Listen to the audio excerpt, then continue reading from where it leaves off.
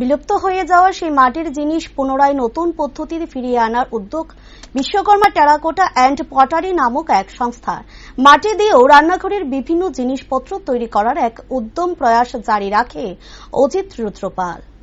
Nandannagar school Chowmuhani এলাকার বাসিন্দা অজিত রুদ্রপাল নিজের উদ্যোগে বছর খানেক আগে বিশ্বকর্মা টেরাকোটা অ্যান্ড পটারি নামক এক সংস্থা চালু করেন, যেখানে মেশিনের মাধ্যমে মাটির তৈরি বিভিন্ন রকমের সামগ্রী তৈরি করা হয়। সাংবাদিকদের মুখোমুখি হয়ে সংস্থার কর্ণধার অজিত রুদ্রপাল জানায়, এই সংস্থায় 14 থেকে 15 জন মহিলা কাজ করে স্বাবলম্বী হচ্ছে।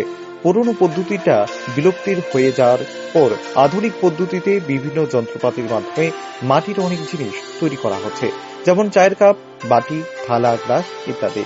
আগামী দিনে আরো অনেক কিছু তৈরি করা হবে, যেমন বিভিন্ন রকমের থালা, জলের বোতল, হটপট, প্রেসার কুকার এবং রান্নার বিভিন্ন ধরনের সামগ্রী।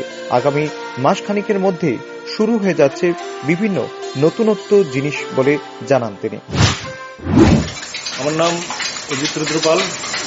আমার যে ফার্মটা আছে সেটার নাম হচ্ছে Vishwakarma terracotta and pottery, Nandannagar school Choumuhani. তো এখানে 14-15 জন কাজ করছে। তো এখানে আধুনিকভাবে যেটা আমাদের তোমার যে পুরনো পদ্ধতিতে কাজ করতো, দিন দিন সেটা বিলুপ্তির কারাগারে ছিল। তো এখন আধুনিক পদ্ধতিতে মেশিনের মাধ্যমে আমরা অনেক কিছু তৈরি করছি, মাটির বিভিন্ন সামগ্রী, যেমন চায়ের কাপ, বিভিন্ন